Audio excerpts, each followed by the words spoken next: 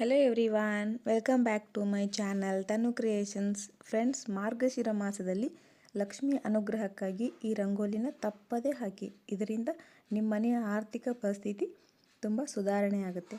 ಈ ರಂಗೋಲಿನ ಹೇಗೆ ಹಾಕಬೇಕು ಅನ್ನೋದನ್ನು ನಾನಿಲ್ಲಿ ರಂಗೋಲಿಯಿಂದ ಬಿಡಿಸಿದ್ದೀನಿ.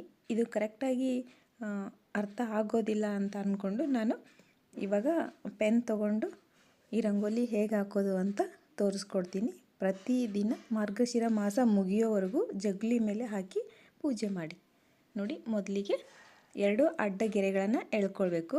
ನಂತರ ಅದರ ಮೇಲೆ 2 ಉದ್ದ ಗೆರೆಗಳನ್ನು ಎಳ್ಕೊಂಡು, ಅದರ ಅಪೋಸಿಟ್ ಸೈಡಲ್ಲಿ ಕೂಡ 2 ಉದ್ದ ಗೆರೆಗಳನ್ನು ಎಳ್ಕೊಂಡು, ಕೆಳಗಡೆನೂ ಕೂಡ 2 ಅಡ್ಡ ಗೆರೆಯನ್ನು ಎಳ್ಕೊಂಡು, ಕೆಳಗಿನ ಗೆರೆಗೆ ನೋಡಿ ಈ ರೀತಿಯಾಗಿ ಸೇರಿಸ್ತಾ ಬರಬೇಕು. ವಿಡಿಯೋ ನೋಡಿ ಫ್ರೆಂಡ್ಸ್, ಕರೆಕ್ಟಾಗಿ ಅರ್ಥ ಆಗುತ್ತೆ. ತುಂಬಾ ಈಸಿಯಾಗಿದೆ ಇದು ರಂಗೋಲಿ, ಅಷ್ಟೇ ತುಂಬ ಚೆನ್ನಾಗಿದೆ. ಇದನ್ನು ಹಾಕಿದರೆ ತುಂಬಾ ಒಳ್ಳೆಯದಾಗುತ್ತೆ. ನಾನು ಕೂಡ ಹಾಕ್ತಾ ಬರ್ತಾಯಿದ್ದೀನಿ. ತುಂಬ ಆರ್ಥಿಕವಾಗಿ ತುಂಬಾ ಸುಧಾರಣೆ ಆಗುತ್ತೆ.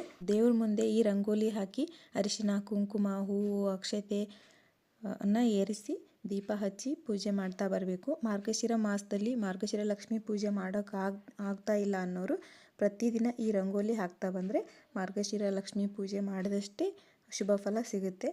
ನೋಡಿ, ನಾನು 8 ಪೆಟಲ್ಸ್ನ ಹಾಕಿ 9 ಶ್ರೀಗಳನ್ನು ಬರಿತಾ ಇದ್ದೀನಿ. ಈ ರೀತಿಯಾಗಿ 9 ಶ್ರೀಗಳನ್ನು ಬರೆದು ಆಮೇಲೆ 4 ದಿಕ್ಕಿಗೂ 4 ಕಮಲಗಳನ್ನು ಹಾಕ್ಕೊಳ್ತಾ ಇದ್ದೀನಿ. ನೋಡಿ, 4 ದಿಕ್ಕಿಗೂ ಲಕ್ಷ್ಮಿಗೆ ಪ್ರಿಯವಾದಂಥ ಕಮಲನ್ನ ಹಾಕ್ಕೊಳ್ತಾ ಇದ್ದೀನಿ.